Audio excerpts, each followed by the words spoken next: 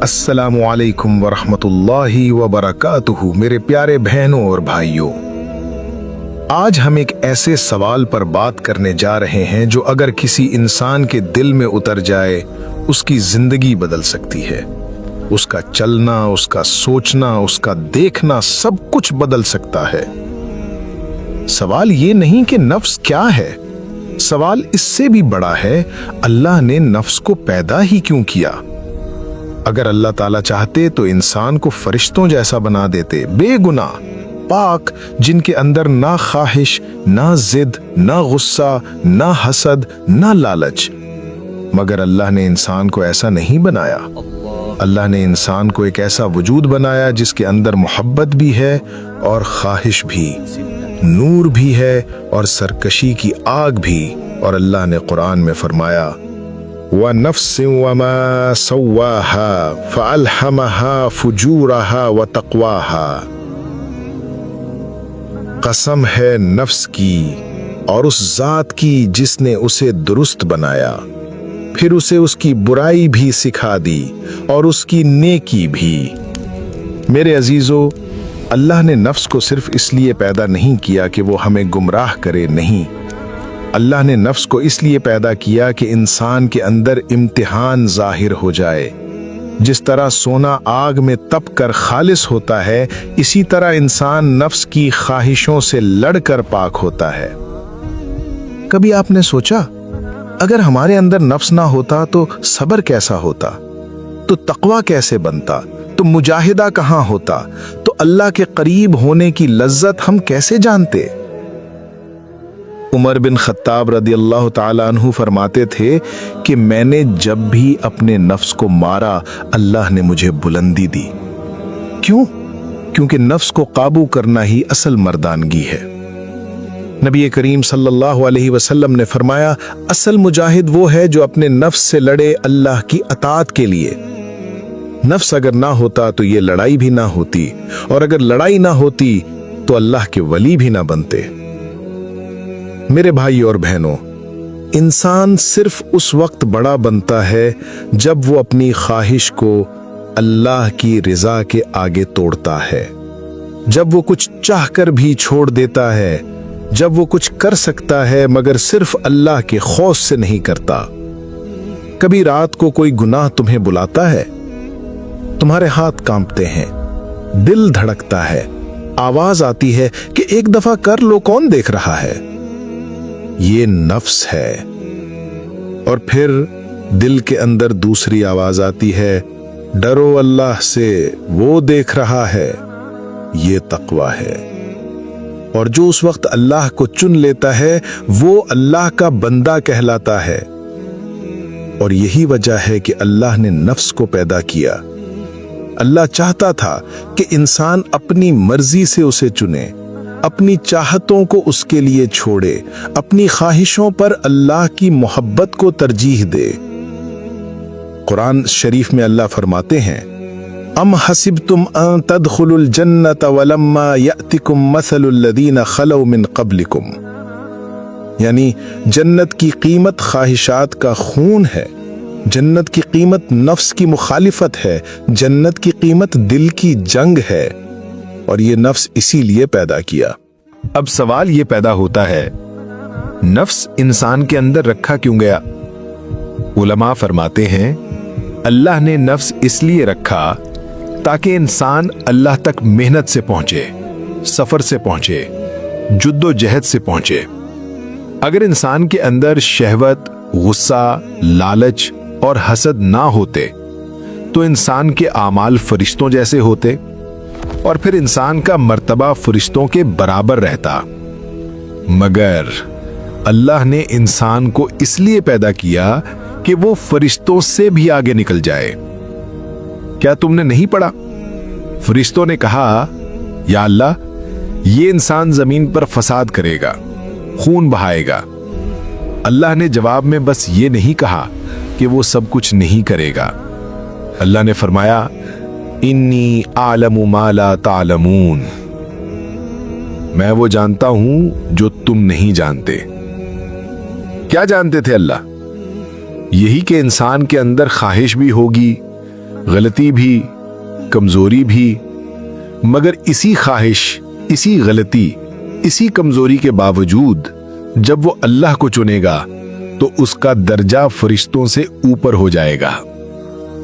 امام غزالی رحمت اللہ علیہ فرماتے تھے، نفس وہ گھوڑا ہے جو آدمی کو جنت تک بھی لے جا سکتا ہے اور جہنم تک بھی، اس کا رخ تم نے طے کرنا ہے۔ میرے بھائیوں، نفس سب سے بڑا دشمن اس لیے ہے کہ وہ اندر چیختا نہیں، وہ باہر نظر نہیں آتا۔ شیطان کبھی کبھی حملہ کرتا ہے مگر نفس ہر لمحہ موجود ہوتا ہے۔ نبی کریم صلی اللہ علیہ وسلم نے فرمایا، تمہارا سب سے بڑا دشمن تمہارا نفس ہے جو تمہارے پہلو میں ہے۔ اور اللہ نے نفس اس لیے رکھا تاکہ انسان کی اصل حقیقت ظاہر ہو جائے۔ کون ہے جو خواہش کے مقابلے میں اللہ کو چنتا ہے؟ کون ہے جو نفس کی آواز دبانے کے لیے راتوں کو اٹھتا ہے؟ کون ہے جو غصے کی آگ کو نگل لیتا ہے؟ کون ہے جو دنیا کی کشش چھوڑ کر اللہ کو پکارتا ہے؟ ہر نماز نفس کے خلاف جنگ ہے، ہر روزہ نفس کی بھوک پر وار ہے، ہر زکوٰۃ نفس کے لالچ پر ضرب ہے، ہر حج نفس کی خواہش کا قتل ہے۔ اگر نفس نہ ہوتا تو یہ ساری عبادتیں بھی نہ ہوتی، سجدہ بھی آسان ہوتا، روزہ بھی آسان ہوتا، تہجد بھی آسان ہوتا، گناہ چھوڑنا بھی آسان ہوتا، مگر اللہ نے انسان کے اندر نفس رکھا تاکہ بندہ اپنی مرضی کے خلاف اللہ کی مرضی کو چنے۔ میرے عزیزو، اللہ نے قرآن میں فرمایا، وَأَمَّا مَنْ خَافَ مَقَامَ رَبِّهِ وَنَهَى النَّفْسَ عَنِ الْهَوَىٰ فَإِنَّ الْجَنَّةَ هِيَ الْمَأْوَىٰ، اور جو اپنے رب کے سامنے کھڑے ہونے سے ڈرتا رہا اور اپنے نفس کو خواہش سے روکتا رہا تو اس کا ٹھکانہ جنت ہے۔ یہ آیت بتاتی ہے کہ جنت اعمال سے نہیں ملتی، جنت نفس کی مخالفت سے ملتی ہے۔ نفس کہے غصہ اتار دے، دل کہے نہیں اللہ کے لیے معاف کر دے۔ نفس کہے حرام دیکھ لے، دل کہے نہیں اللہ دیکھ رہا ہے۔ نفس کہے جھوٹ بول دے، دل کہے نہیں اللہ ناراض ہو جائے گا۔ نفس کہے گناہ کر لے، دل کہے نہیں آج نہیں کبھی نہیں۔ اور جو ایسی جنگ جیت لیتا ہے وہ اللہ کا خاص بندہ بن جاتا ہے۔ کبھی کبھی انسان روتا نہیں مگر دل روتا ہے، کبھی آنکھوں سے آنسو نہیں نکلتے مگر روح آنسو بہاتی ہے۔ یہ سب نفس کی کشمکش ہے اور یہی انسان کی اصل آزمائش ہے۔